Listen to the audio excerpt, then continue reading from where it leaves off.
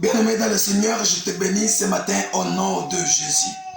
Si je lis dans le livre de Genèse, chapitre 1er, Dieu créa le deuxième jour de la création. Dieu sépara les eaux.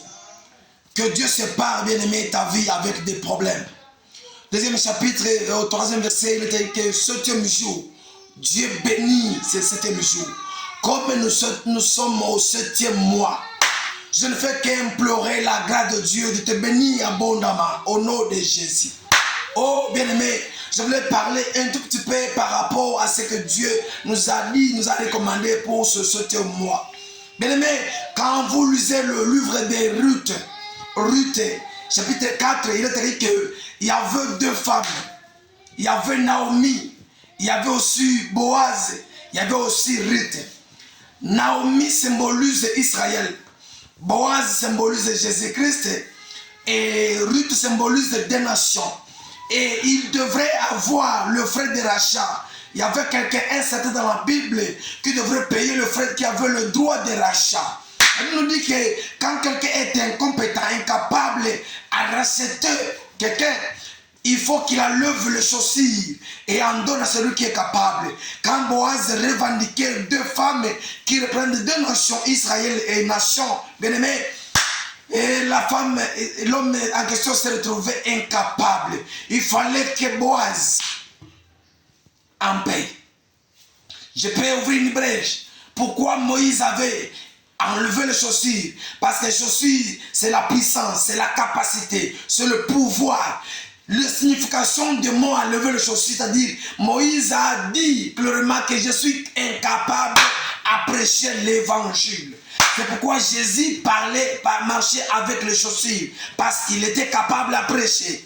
Moïse était incapable de conduire le peuple. C'est pourquoi Jésus est venu comme conducteur, le bon berger. C'est pourquoi je me réfère à l'autre, bien, à l'évangile ou au message de Ruth. La personne est... Quelqu'un était incapable, mais Boaz, symbole de Jésus, était capable à porter les chaussures. Pourquoi? Il avait racheté les deux nations qui est Israël et des nations dont nous sommes. C'était moi, bien-aimé. Je prierai l'Éternel. Si nous devons pleurer, mais que toi, tu te réjouisses, tu célèbres la grandeur, la bonté, le merveille, la grâce de l'Éternel. Laisse-moi prier pour toi. Je ne sais pas tu es dans quelle situation. Je ne sais pas tu es dans quel moment difficile. Je ne sais pas tu traverses quel moment ou qu'est-ce que les gens ont dû. Peut-être ils ont monté, peut-être ils ont accusé, ils ont lancé des imprécations. Mais la parole brise une autre parole.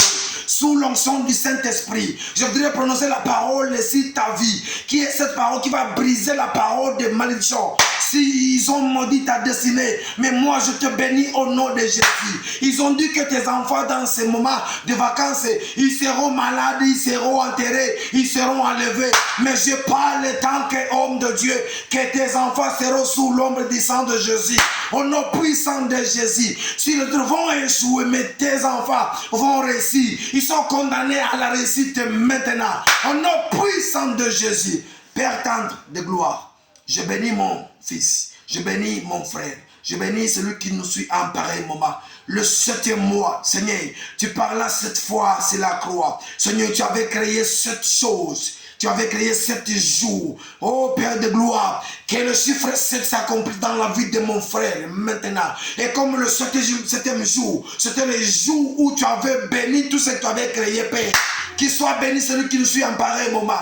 Qu'il soit béni là où il est dans son bureau. Sois béni mon frère à la maison. Sois béni dans la boutique.